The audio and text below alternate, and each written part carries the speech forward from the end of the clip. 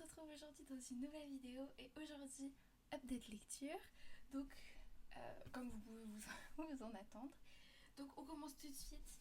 J'ai évidemment craqué pour Love Theoretically. Je l'ai acheté, je crois, le jour de sa sortie ou quelques jours après. Enfin bon, bref, c'est pas très important. Mais en tout cas, sachez que c'est un gros coup de cœur. Et du coup, dans cette vidéo, je voulais du coup faire un parallèle avec les deux autres.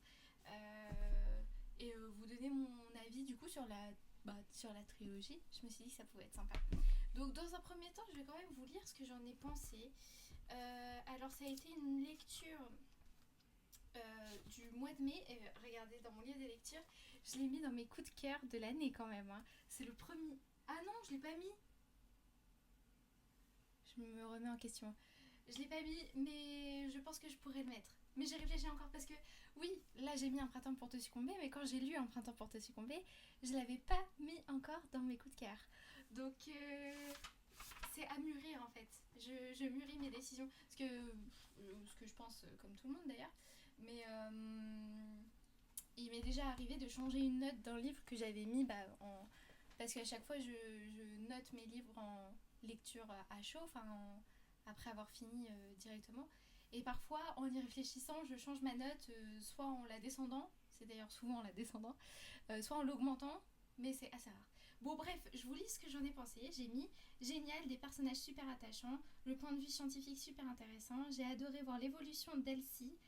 C'est très bien écrit, c'est vraiment super. Mention spéciale pour le caméo d'Adam et Olive. C'est mon tome préféré. C'est un sans faute pour moi, le rythme est bon, super écriture, bon développement des personnages, et ça faisait longtemps que j'avais pas lu un livre avec qu'un seul point de vue. C'est totalement vrai.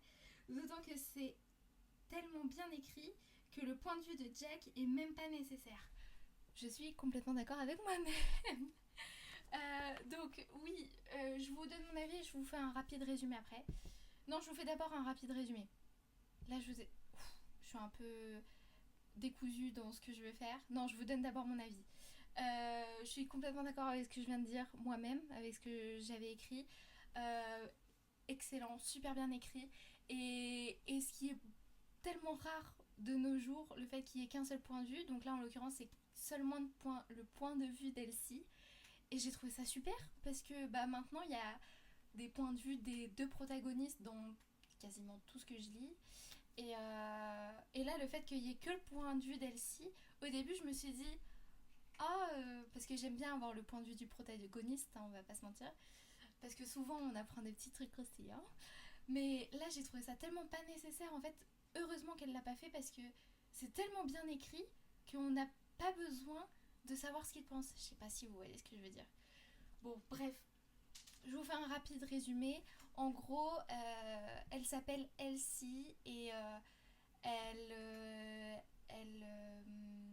est dans le monde scientifique comme vous attendez.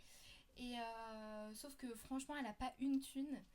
Et donc, à côté de son job de scientifique, surtout enseignante dans des universités et chercheuse à côté, mais un peu compliqué d'être chercheuse, elle n'a pas trop les fonds ni le temps. Elle est escorte, entre de gros guillemets. Elle ne vend pas son corps, mais... Enfin, si, c'est quand même une certaine manière de vendre son corps, mais disons que elle a certaines règles et certaines limites qu'elle ne franchit pas avec ses clients. Et, et elle veut à tout prix intégrer le MIT. Et l'un des jurys, donc elle doit passer à un entretien, etc. Et l'un des jurys, c'est le frère d'un de ses clients qu'elle a donc déjà rencontré. Sauf que elle s'était raconté une vie, ses clients, ils sont pas trop censés savoir ce qu'elle fait dans la vie, etc., etc. Et donc le type, il est en mode, t'es pas bibliothécaire? Donc voilà, je vous en dis pas plus. Évidemment, c'est un enemy to lovers qui devient lovers, on s'en doute, mais exceptionnel, génial. Si je devais du coup trier par ordre de préférence les tomes, allant de mon préféré à mon moins préféré, celui-ci, The Love Hypothesis, c'est mon préféré de tous les temps. The Love Theoretically, c'est mon deuxième préféré. Et celui que j'ai moins aimé, mais que j'ai quand même adoré, hein, c'est Love on the Brain, qui est d'ailleurs le préféré de ma meilleure amie. Ma meilleure copine, c'est exactement ce classement-là, mais à l'envers du mien. Mon, son préféré, mon préféré, son moins préféré, mon moins préféré. Bref. Je sais pas si vous voyez d'ailleurs, parce que au niveau du cadre, je suis pas très douée. Enfin bon, bref. En tout cas, je vous recommande cette trilogie à 500 000%. Extrêmement bien écrit, tellement bien abordé. La dimension scientifique est... Ah, excusez-moi, c'est mon voisin. La dimension scientifique est pas du tout barbante, c'est hyper intéressant. Et ils sont trop beaux, hein. Ils sont super beaux. Et, et voilà, c'est super bien euh, apporté et très bien écrit. Les personnages sont toujours super attachants. Les tropes à chaque fois sont différentes. Celle-là, c'est fake dating. Celle-là, c'est enemy to lovers tout simple. Et celui-là, attendez, je saurais pas dire. C'est enemy to lovers et quoi d'autre?